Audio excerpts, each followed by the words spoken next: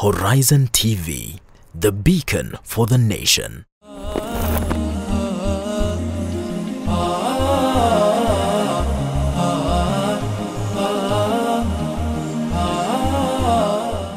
Assalamu alaikum wa rahmatullahi wa barakatuh. Today, being another Friday, this is your program, The Weekly Matters, and I'm your host, AhmedKadar. We are discussing this evening the Muslim Forging National Togetherness, Muslim Reflection, a two-day summit organized by NAMLEF for the Muslim community to discuss emerging issues and all that's relevant to the Muslim Ummah. And with me is the National Chairman of NAMLEF, Sheikh Abdulahi, Abdi, Hajj, Yusuf, Murigu, and Senior Economist Abdirahman Ismail. Welcome to the show. And if I start with you, Mr. Chairman, first of all, tell us, why is this summit necessary and why 2 days? Thank you very much. First of all, as you are aware, the country is now going through a conversation across from east to west. And the discussion that's taking place right now is concerning the constitution of the land. In the history of this country, you know, Kenyans struggled for a very long period to get this constitution. In it, there's been a lot of gains for the Kenyan people, Muslims included amongst those who gained in the new constitution. Naturally, this is a man-made document. It has got its own flaws that will have to be revisited from time to time. However, the current debate is being led by a political class, which is worrying to us. We are not saying that the constitution should not be reviewed, but we are saying that the constitution should be reviewed by the people of Kenya, not by the political class alone. The political leaders have a right, according to this, as citizens of this country, to make proposals. And since they have been elected, yes, their word carries more weight. It's in realization of this that we say that we need to engage the Muslim community in this country, first to come on board and join the conversation, because their voice has been lacking all this time. So they come in and they analyze what's going on in the country. They look at the political climate. They look at the discussions that is taking place. Then they develop a position. We have seen the Muslim leaders in the political setup, some of them completely opposing the issue of referendum, especially politicians from the pastoralist communities who happen to be Muslim, saying if the discussion is all about cutting the counties or reducing the number of constituencies, we are not going to take part of it. As a NAMLEF, do you agree with those politicians? First, I uphold the right of the political class to air their views. They are elected leaders of the people and they have got the right to air their views. But their word is not the final word. What we are saying is there's a section of the Kenyan community at various levels, at the civil society level, at a political class level, at the ordinary man level, and even within the religious communities, who are saying that the time has come for us to review the constitution. As Muslims in this country, our voice has not been heard. The first question we want to ask the Muslim masses is, do we want a change in the current constitution? Yes or no?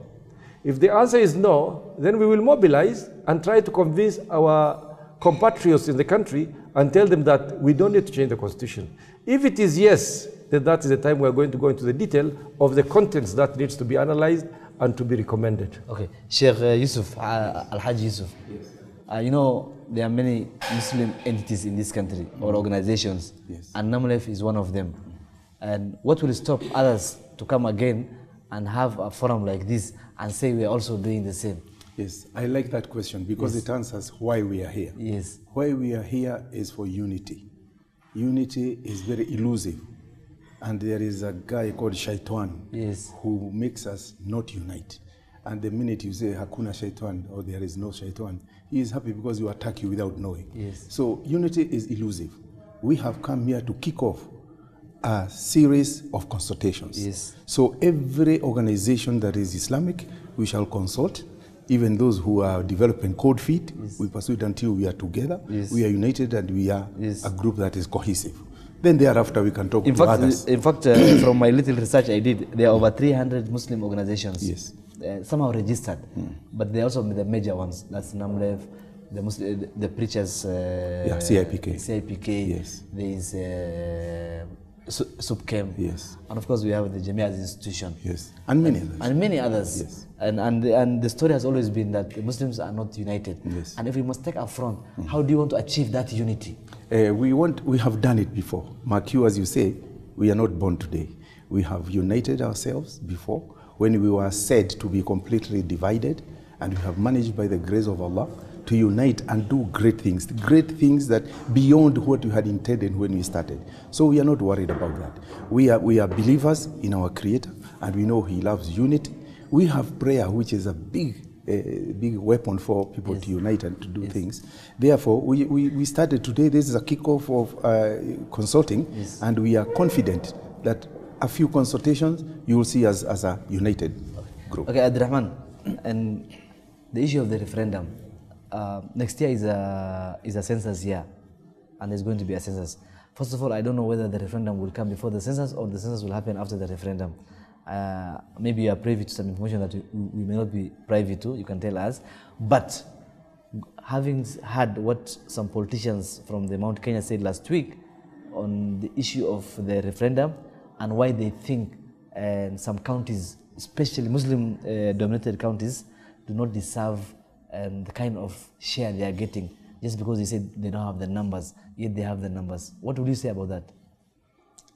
Thank you, AhmedKadar. I think a very pertinent question. Yes. Let me start with the easier one, which is, am I privy to whether the census or the referendum will take place first? As a matter of fact, I'm not, and I'm not so sure whether there is anyone who is a custodian of that kind of information. Everybody will see what happens. It's an evolving process. So nobody, I don't think at this stage, will be able to say which will happen. But it's immaterial which happens first. Yes. It's the order of things doesn't really matter. Because a constitution will be done and principles will be espoused within the constitution. So if the census happens after that, it will be based on the principles that have already been agreed, because those are two different processes. I'm not so sure. What was the other question on the census? The issue was the counties. The counties. Yeah, and the way they said, Yes. You see, one thing that everybody needs to understand. First of all, it's a healthy debate. Everybody and every region and every community in this country have their own issues.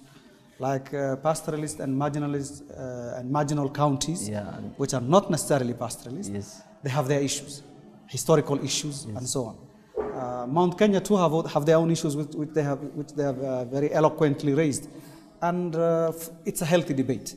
So I'm not saying no one should raise issues which will be against the interest of the other. But it's going to be dialogue. But do you think even with the referendum, do you think the boundaries of counties or constituencies should be reviewed? And do you will there not be emergence of conflict if some counties are merged together? Those kind of debate. Is it really a healthy one? Let me say first two things on that.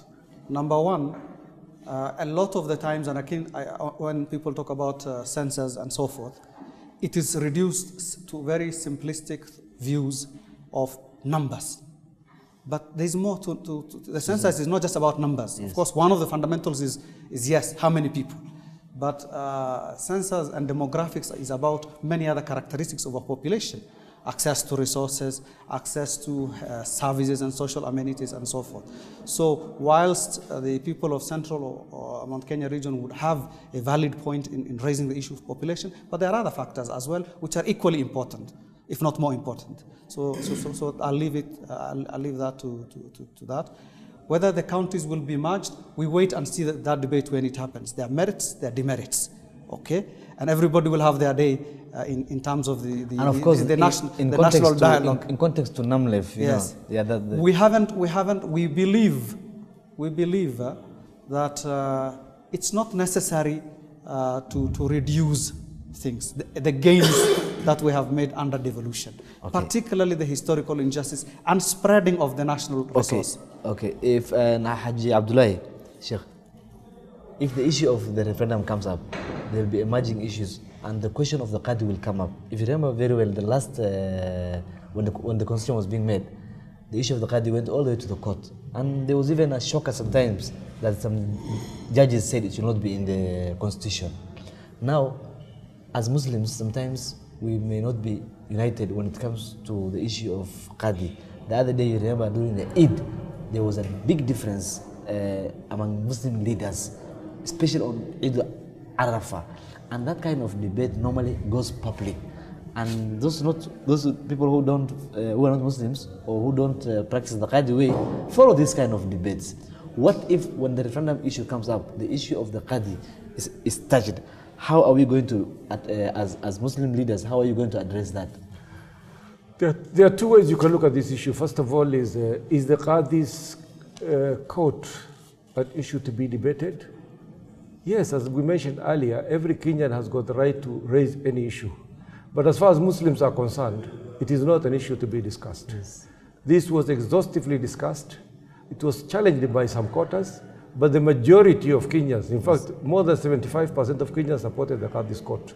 Whoever wants to attempt again to challenge it, I'm sure is going to go into a big failure. So I don't see that as a major challenge to us. Secondly, is within the Muslim community. The issue of sighting the moon has been debated for a very long time. It is being debated by Muslims globally, not only Kenya. It's not a major issue. The Qadi's office will remain there. The chief Qadi might be an issue to be discussed, and is a public figure.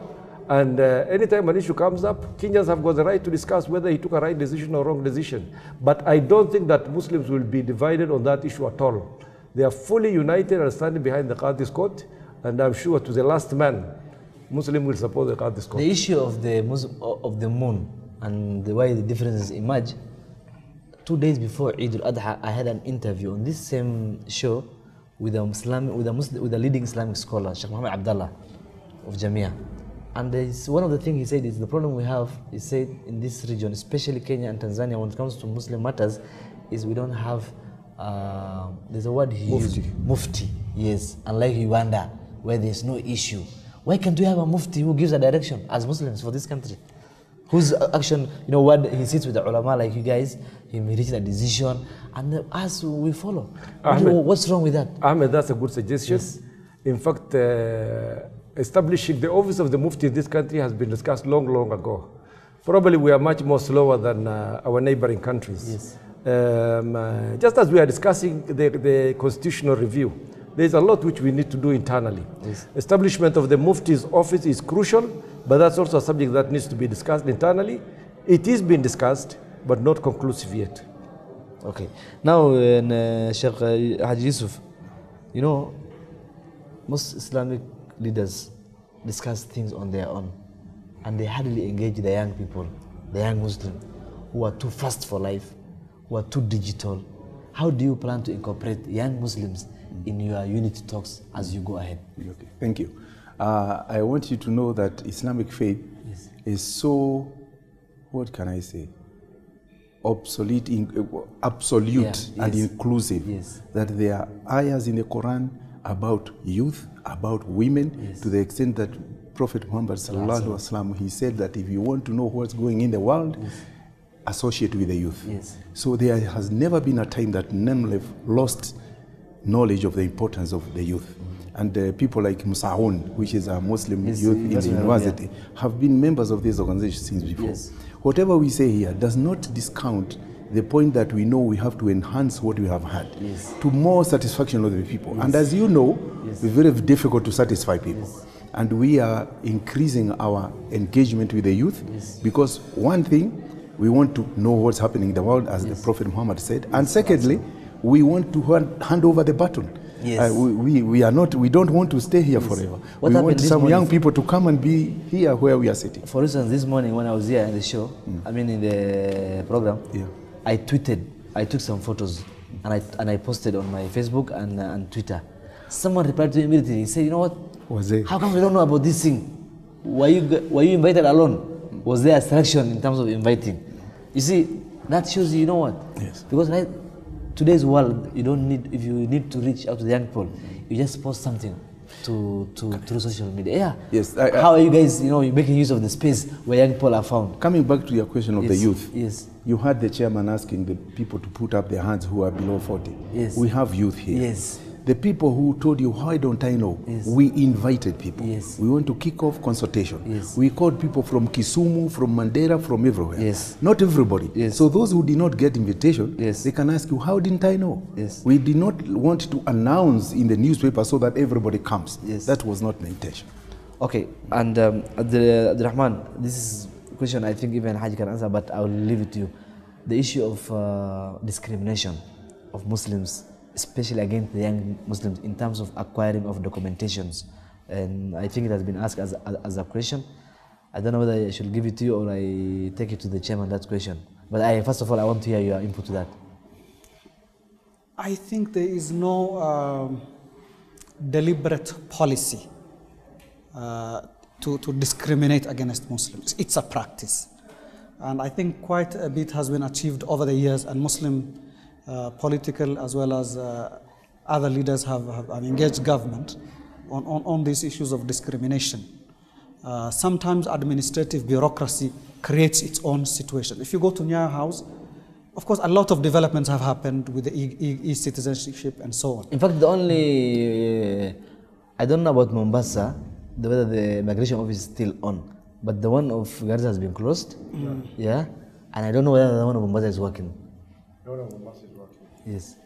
So at the policy level, people do understand, and I mean the constitution and the law is what guides the country.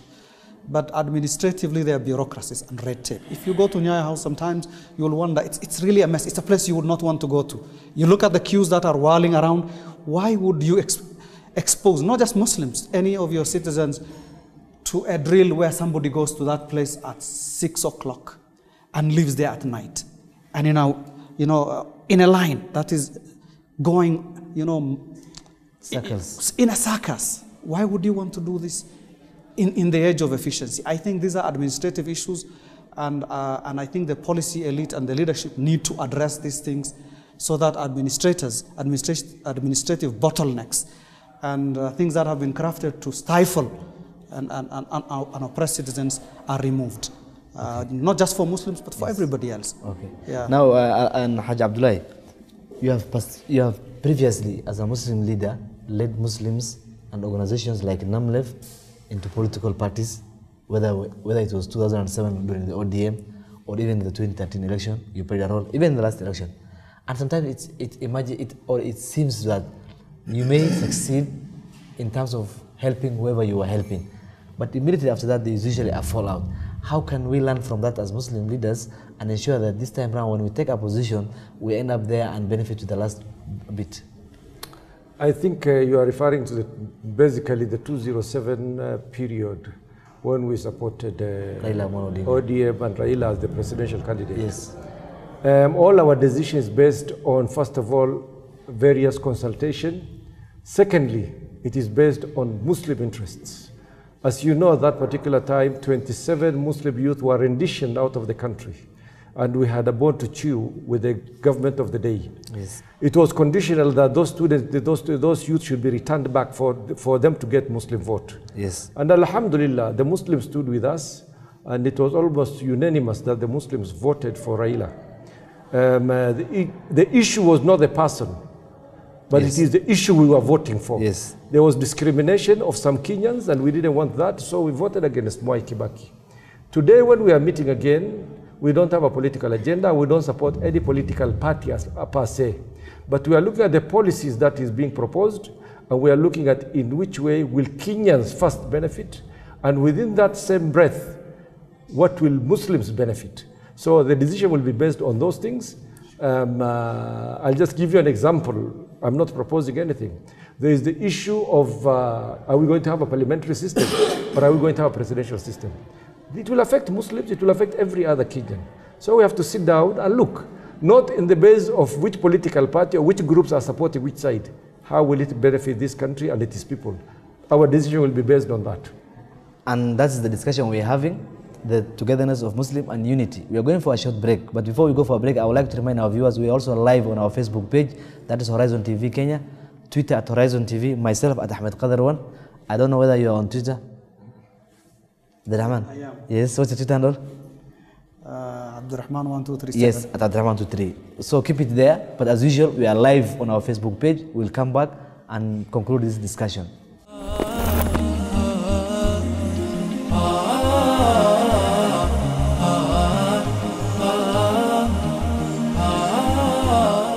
Horizon TV, the beacon for the nation.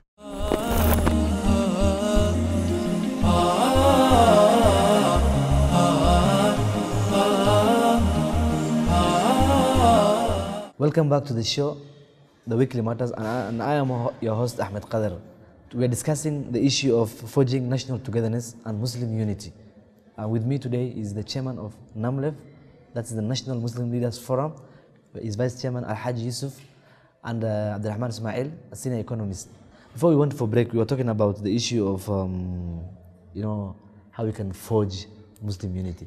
Before we go deep into the discussion, this year, first of all, we came out of an election that was so acrimonious, and then we had a handshake. Where does NAMLEF stand in terms of the handshake? I think it's not a question of NAMLEF, but it is the teachings of Islam. Muslims always support cohesion and resolution of any conflict, and that people should live in harmony. Anything which is going to promote that will be supported. The handshake in itself leans towards that direction. Yes. What is behind the handshake, we don't know. But at face value, definitely we will support it. It has brought some semblance of peace. There was a lot of acrimony before that. We lost lives. We got people who have been maimed, particularly in the western part of the country. Yes. Those are Kenyan citizens who suffered and lost their lives. We would not want that to continue. So if that will bring us a stop to that, that's welcome. More importantly, there was a lot of political turmoil that was going on in the country.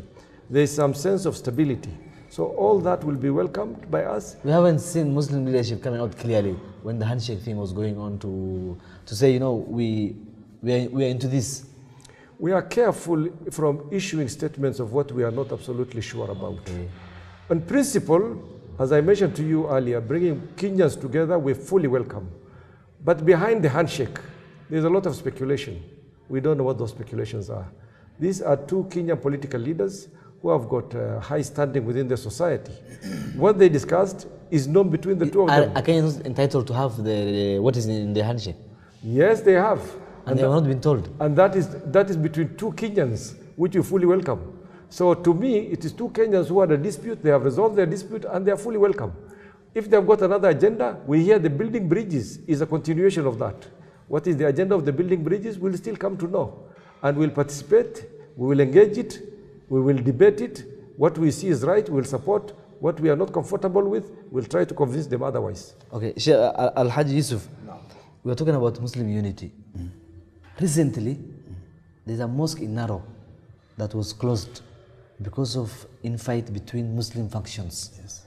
If we can't agree on simple terms, things like managing mosque, Baytullah, how are we going to have unity among Muslims? I wish I could, although I know in the media, I wish you could be in my place to know that the hope we have, even guys who are not Muslims, like the one who said the audacity of hope. Oh, yes. We know that people have differed, even in the time of Prophet Muhammad sallallahu alaihi wasallam, in very small things. And like my brother was saying, people coming together, we are even ordered to get involved in people who have differences, to put them together. Whether they differ in little things, even a child and a mother, husband and wife, we are always hopeful. And Allah, what you call miracles, to him is nothing. When it becomes too difficult, yes, we sleep early at 8 o'clock, get up at 3 o'clock and tell Allah, you are the greatest. Yes. Please solve this. Yes. Our unity will come, inshallah. Inshallah. Yeah. Abdirahman, there's the issue of Muslim leadership trying to be visible whenever there's either political, some things in nature political, be it election, referendum. What if someone asks you, where was NAMLEF before all this? Very, very good question, and I think this has been repeated. But in my view, that question is not being handled in the way that it should. Every organization has got its mandate and what it does. There is an area of competence and specialization.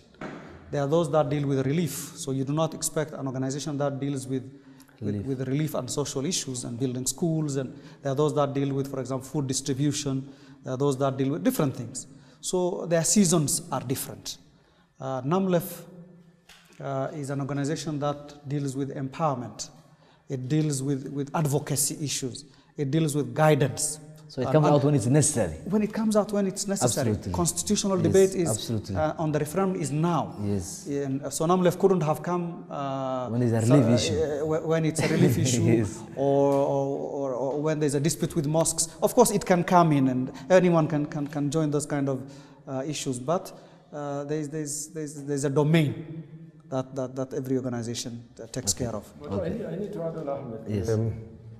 People are saying probably NAMLEF is coming out now because of these things. Yes. NAMLEF has been there, but there are times that we don't need to publicize what we are doing. Yes. We have been actively involved in interfaith activities in this country. We have made visits to State House to discuss issues of importance to the Muslim community and to the government of this land. We have been resolving disputes within the country. Individual case of discrimination that we have found out, we have been following it up. I'll give you an example that actually there are students who have been refused recognition. Muslim engineers trained outside who are not being recognized by the engineering board, or nurses who have come back and they are not being given their licenses. All these things we handle, but we don't need to publicize that. But if we don't ask you, people will assume, and we ask you so that people also know why you have not, what you have been doing, Muslims so that we ask the right questions and you give us the right answer. Every time Muslims have problem, yes. they do come to us. But in this particular instance, yes. we need to mobilize the masses. Yes. And you mobilize the masses by the time you go to the media. That's why you see us. I get it. And Al-Hajj, Yusuf, and we are one of the most fortunate countries in terms of the Muslim population and how diverse we are in terms of businesses. No. Why is it so difficult to have a Baitul Mal system for Kenyan Muslims, where zakah can be done once and then you can be managed from one position? I don't this think is a general question I'm asking as a Islamic I don't think you are used to people accepting their failure. Yes. But there are so many things, like you talked about Mufti a little earlier. Yes. At Baitul Mal, yes. I could give you a longer list. Yes. We are behind. Yes. Inshallah, we shall pull our socks, yes. and we shall do it. Okay. Inshallah. I like your short and precise answer. Yes. So, okay. And the other thing is, I was talking about the issue of still on the referendum. How are you planning to, you said you are mobilizing people where you've came out. Do you have a plan where you're going to, because this is the right place where we can discuss this, what is the way forward? How are you going to reach out to other Muslims? What is your agenda basically? Today, discussions has been very, very fruitful and very useful. We have had representation from different regions and from different organizations. There's a lot of input, and those inputs will be concluded tomorrow. Yes. Our first task is to make sure that there's proper sensitization of the Muslims throughout the country, that they know that there is this conversation which is going on and they must participate in it. We are putting a technical team together. Some of these issues cannot be discussed by the ordinary person. We are going to analyze the current debate that is going on, look at the different sections. We also now, as Muslims, we have got issues that we want to pick up with the current constitution. We support and stand very, very strongly with those parts we support. Any areas that we think requires improvement or changes, we are going to give it to a technical team who are going to make those recommendations. Once that is decided and we have got the content of what we require to be reviewed or to be changed, we are going to sell that document to the Muslim community around the country. We'll develop a common position, and at that time we'll be at the negotiation table with our other Kenyan compatriots. And we're going to discuss, tell them what we need, what needs changes and what does not need changes.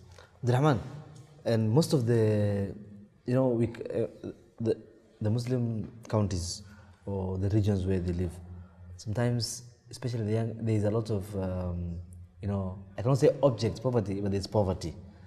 And how can, from an economic perspective, how can the Muslim areas be uplifted economically?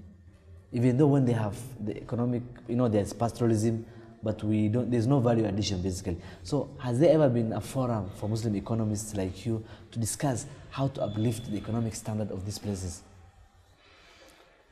Very pertinent question, and I think that's one of the challenges that we've had. And it's good you've raised it as a young person, as a professional, as a Muslim. Of course, there are historical factors and historical injustices. underinvestment in these Muslim areas, natural as well as man-made calamities, self-inflicted ones and policy-inflicted ones. Okay. Devolution has tried to help redress these things, but as you rightly said, the effort has been lacking because most of the counties have been inward looking and dealing with their own issues and not getting the best of capacity and the best of brains available to them. Like the other counties are organizing themselves into economic blocks. I think Northern Kenya counties and pastoralist counties and Muslim counties need to go out beyond their borders so that they can create reasonable blocks to deal with issues of poverty, issues of infrastructure, issues of broader developmental issues. And it's not too late to start thinking along those lines. Every season, like the referendum season, now offers an opportunity for reflection. Yes. Now, Al-Haji, and this is for both of you, is one question. We are Muslims, yet most of the Muslim areas sometimes there are clashes that never end. Muslim killing another Muslim, you know. And sometimes when you see why they are fighting, it's unbelievable. How can that be? Even though I know you guys have participated in peace missions, but how can these things be stopped? We are in 2018, for heaven's sake. You want me to go first? Yes. Just like even I can add something on what you asked Abdirahman about economic thing. And like he said, those are the challenges we have.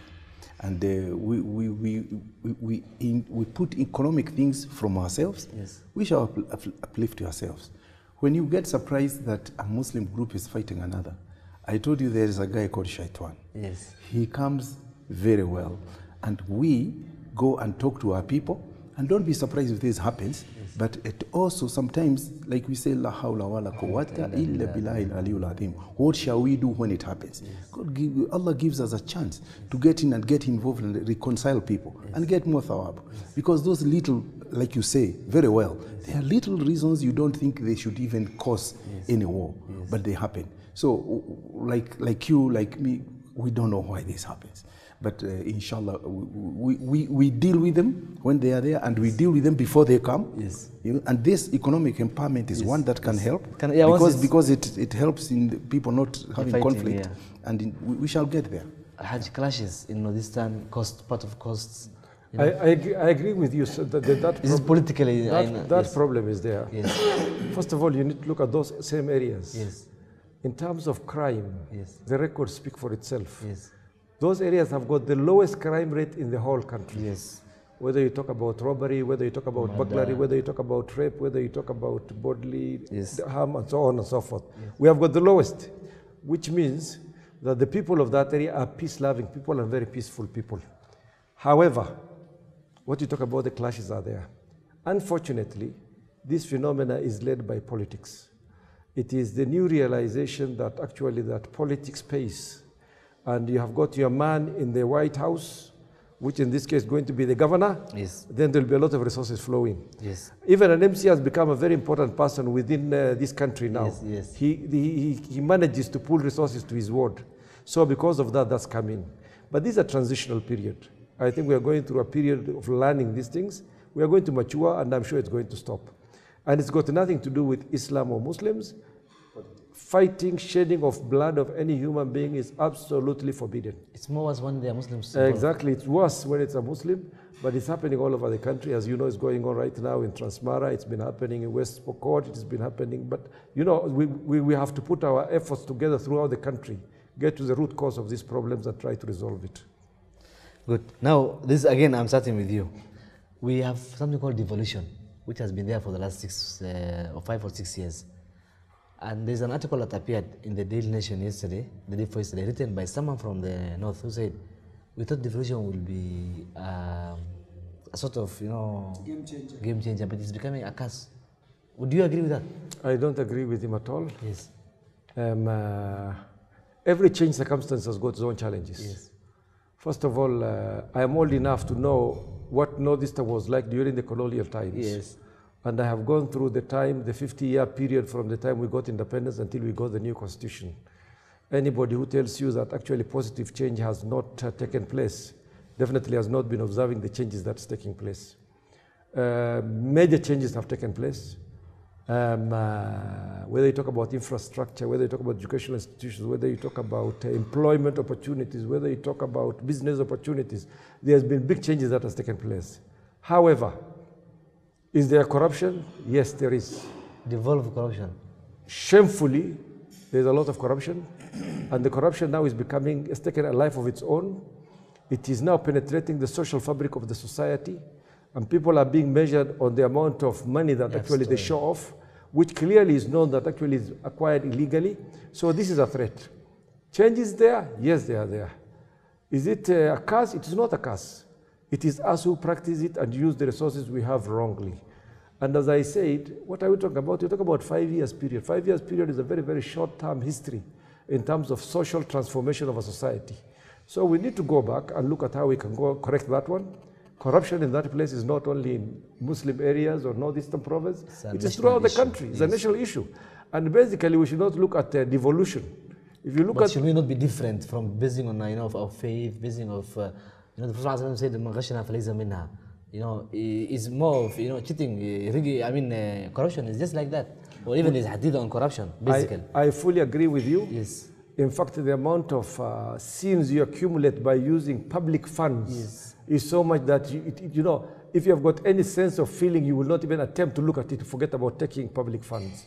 So as Muslims, it's absolutely clear it is condemned to the highest level, and it's another area that actually I think our ulama should be coming in. They should come and stress these things. But as I mentioned earlier, this thing is penetrating the social fabric. It needs to be contained as early as possible so that it can be corrected. Now, talking of ulama, al-Hajj, there are people who say, the ulama do not address the important topics of day-to-day life that we go through. Even in the khutbah, it's Friday, it has become just another ritual where the Sheikh comes, made a khutbah, and it ends.